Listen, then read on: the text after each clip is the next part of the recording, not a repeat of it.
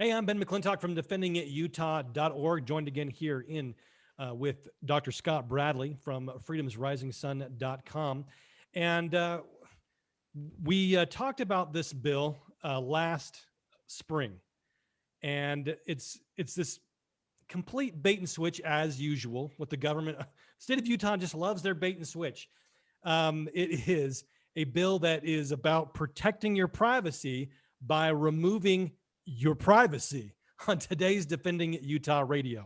So if you like what we do here at defendingutah.org, please go to defendingutah.org and become a member today. You can also become one of our YouTube members by subscribing right here at our Defending Utah YouTube channel.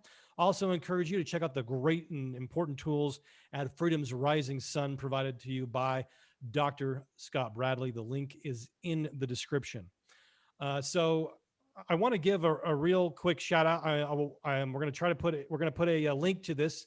But last May 18th, we published this video because there was a key organization.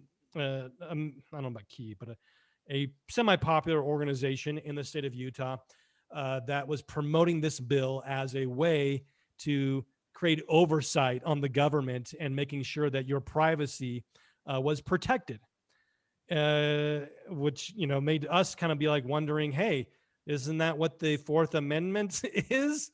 And so we warned you with the bill hadn't been released yet, but the major points and the basically the white paper of the bill had been released. And now in this 2001 general session, HB243 is the bill that implements what we were talking about here last May. So almost an entire year ago, we were warning you that this was going to be coming out and was supported by all the anti-liberty organizations and individuals in the state. Might surprise you that I would say that, but I feel very confident in that belief based on history and actions. But Dr. Bradley, give us an overview of HB 243 and what it does. It's interesting to me the plain, simple English of the Fourth Amendment to the United States Constitution and Article 1, Section 14 of the Utah Constitution are violated completely and unequivocally by this bill. Those are the ones that talk about search and seizure and being protected in your privacy in terms of your things and everything else like that. Let's read the Fourth Amendment, because the 14th section of the Utah Constitution's first article also are similar. The right of the people to be secure in their persons, houses, papers, and effects against unreasonable searches and seizures shall not be violated, and no warrant shall issue but upon probable cause supported by oath or affirmation, and particularly describing the place to be searched and the persons or things to be seized. Plain, simple English. You're protected in your persons, houses, papers, effects, okay? And those things are not to be violated, okay? Because again, Article 1, Section 14 of the Utah Constitution is a reiteration of that. And so what happens is when they start dinking around, and I know that's a technical term that probably from your third grade or something like that, when they start dinking around with those plain English words is when we get in trouble, because they start caveating everything. And it's like, if you looked at the Second Amendment and it said the right of the people to keep and bear arms shall not be infringed. What part of the shall not be infringed do you mistake, or do you need further explanation on? It's explicit, it's direct, it's unequivocal. And this Fourth Amendment and the 14th article the 14th section of the first article of the Utah Constitution are all very explicit and direct. You can't mess with this. But see, what they're trying to do is they're trying to modify it by legislation. Now, we all should understand that constitutions are the fundamental law that overrides, it's paramount to, it's superior to anything else the legislature could do. So if these laws are already in the books, and if you do something that contradicts that, it's by definition unconstitutional, illegal, null, and void. So what they're trying to do with this is limit by law certain specific things, and they're going to be the judge of this. Now, back in 2002, when we helped Iraq, write their constitution, I instantly got two translations of it because I didn't speak the language. And sometimes you get variations in translation. I went through it and I carefully reviewed it. There were no God-given protected rights in there. The right to keep and bear arms, as limited by law. Well, in fact, what it really did, they limited to those that were government officials, okay? Or the idea of freedom of speech as limited by law. So here's what we have is plain English words in the United States Constitution and the Utah Constitution. They're trying to limit by law, and they're saying they want to put together an organization that will review their information capture technology. And if they find that it's a violation of their policies that they've created within their own organization, which is, again, internally creating these limits and bounds, if they say it violates it, well, on the state level, they got to get rid of it within a year, basically. They've discovered that. Unless so we've got to collect all of your data to find out if we're collecting too much of your data, and then we'll figure out what we're going to do instead of actually following the Constitution and not collecting your data without a warrant. But here's the deal. The legislature can override, even if the oversight body decides that they're doing something wrong, the legislature can override it and continue it.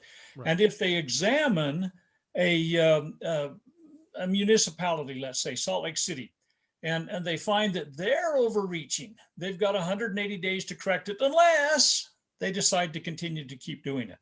Well, so, and that's like a best case scenario, I would say, because normally when the government investigates itself, it finds that it does no harm.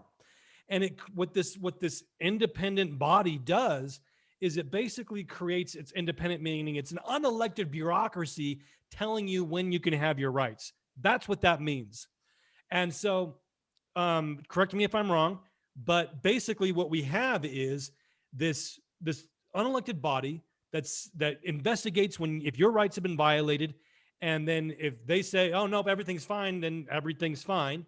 And then even if but whether they say it's fine or whether they don't say it's fine, it gets passed on to another organization. So now you've got, it's not our fault. It got to the legislature. And the legislature says, oh, it's not our fault. It's, John Dougal's fault. And and so it's just this complete circle, which removes all accountability that's, should be there with the Fourth Amendment, is completely gone in this complete just pass the buck circle that's being created here. Well, they go back and read the Fourth Amendment. They can't do it without probable cause, a warrant, and it being supported by oath or affirmation. This doesn't do any of that stuff. They can collect anything and everything all the time that they want using whatever technology they want until their own internal investigative body says, no, you overstepped your bounds. You crossed the line. Yeah. And that it's a violation of the Fourth. It's an Iraqi Constitution approach to things. And the Iraqi Constitution, by the way, as soon as I get done reading it the first time, I says, this is a Soviet-style constitution. Mm-hmm. Those were my exact words. I'm talking to myself, of course, when I'm mumbling. But the fact of the matter is, this is an Iraqi/Soviet style approach to things. Right. There is no justification for it based upon the Fourth Amendment or the 14th section of the first article of the Utah Constitution. You simply cannot decide to give people the opportunity to say, oh, we don't follow that Constitution. We follow our latest legislative enactment. And that's what we saw. If you watched our video where the state police arrested a grandma because of a piece of cloth, and they didn't care about their oath of office. They didn't care about the law. They just said, what is our most recent mandate? What did my boss tell me to do? That's all they care about. And so this is what they're going to go off of. And they're going to completely ignore the Constitution of both the state and federal government. And so this is 298 is basically when the new language starts. The rest of the bill is already in statute, and this is where it starts off of this new this oversight committee that you've been talking about, Dr. Bradley. Well, again, there's no probable cause, there's no warrants, there's no oath or affirmation. They're collecting data that they've decided they're going to collect data. Yeah, it's like Orwellian. I mean, Big Brother, whomever, there's nothing in here that says why they're collecting the data. They're simply collecting the data. And when they So collect the data, it's a dossier on you. what the argument that's made is, well, the Fourth Amendment isn't strong enough. The government is collecting data on you anyway, so there's got to be a check and a balance, and this creates a check and a balance to make sure that we can enforce the Fourth Amendment. What would you say to that, Dr. Bradley? I would say the Fourth Amendment is plain English words. The words have meanings. Those meanings may be known. They can be nothing but what they were written as in the day they were written. And if you need to write a bill says we mean it this time, we're going to follow the Fourth Amendment and the 14th article of the Utah Constitution. I mean, excuse me, 14th section of Article 1. It's just bizarre. They have it in written plain English in front of them, and they're saying, "Oh no, we're going to clarify this." Now, by the way, we're going to find this on the when government clarifies things, it makes it worse. It absolutely it creates wiggle room. It creates kind of gray areas. It creates areas that people are going to take advantage of wording and so on.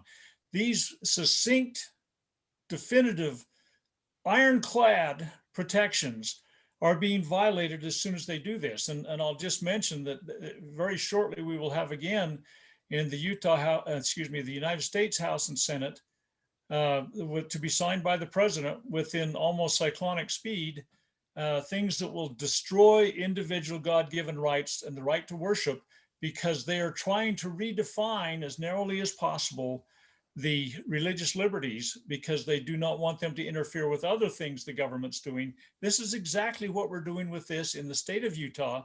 We are trying to define out of existence the protections found in the Utah Constitution and the United States Constitution.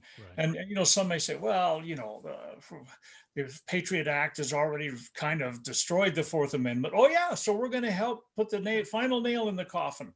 And they're already breaking the law. Why not breaking more, right? Okay. It's really kind of broken. Let's not go back to it. Let's not reinstate it. Let's not begin to obey it. Let's completely make it so there's an end run you can do on it anytime you want. And again, it specifically says in this proposed bill, if even this policy board that's supposed to review the technology that's being used to collect data finds that you have stepped over the line, the legislature can override it. Well, it's easy to define. You stepped over the line when you collected data without a warrant. I mean, you're done. How hard does it have to be? You don't need a freaking committee to vote on this and pass it on. And they're again using this thing. Oh, we're going to collect your data already anyway. We got to have somebody making sure that. A watchdog over that group that's violating the Constitution. The government's not a watchdog. It's not a watchdog on itself. No, this is a bad bill. This one should not even see the light of day. When I saw the bill number, this is the way my strange mind works. A 243 is a wonderful coyote gun and a pretty good deer gun and stuff like that. This bill ought to be used as target practice out on the range. It should never have any opportunity to see any kind of credibility on a vote on it. Use it to, put holes in it, get done with it, and throw it away. It's done. HB243. It is currently assigned to the, let me see which committee in the House, because it hasn't passed the House yet, thankfully. It's in the Government Operations Committee in the House. And so we want to make sure that you're contacting that committee, that you are contacting your legislator and letting them know that this is unacceptable for them to even think about this. It's completely Orwellian for them to say that this is a way to be able to protect privacy, because it is the exact opposite. It opens no other way to interpret it. Yep, it absolutely opens the door.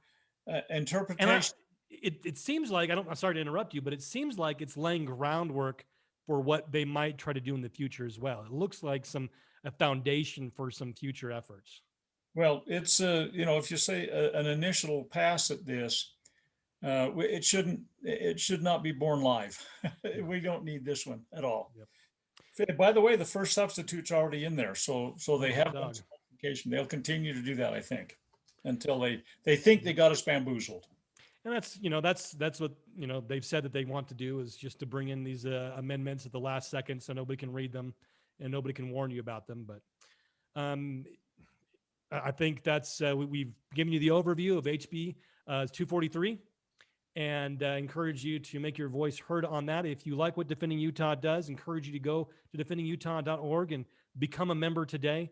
Make sure that you support this work so that we can warn you and let you know exactly what's going on behind the scenes, and that you can be involved in an action program that can actually be effective in restoring lost freedom. Also encourage you to visit Dr. Scott Bradley's website, freedomsrisingsun.com. Until next time, I am Ben McClintock from defendingutah.org, joined here by Dr. Scott Bradley from freedomsrisingsun.com. Hey, we just wanted to let you know what sponsoring Defending Utah can lead to. We've defended the Second Amendment of a right and freed him of a man through jury nullification. We've helped parents protect their Fifth Amendment rights by exposing the state's vaccination opt-out form and the fact that it actually forced parents to admit guilt. We reopened businesses that were closed during the lockdown. We've been able to stop Obamacare expansion. We've caused legislators to be fired from their positions in businesses and organizations that they even started. We have actually, because of our education efforts, working with key people, the only victory in court regarding Count My Vote has been because of Defending Utah.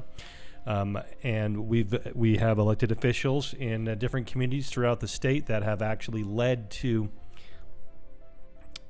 key legislation being repealed, removing restrictions on building, restoring rights, property rights to individuals, and much, much more. So thank you to our sponsors. If you want to become a sponsor, you want to become a member of Defending Utah, go to defendingutah.org.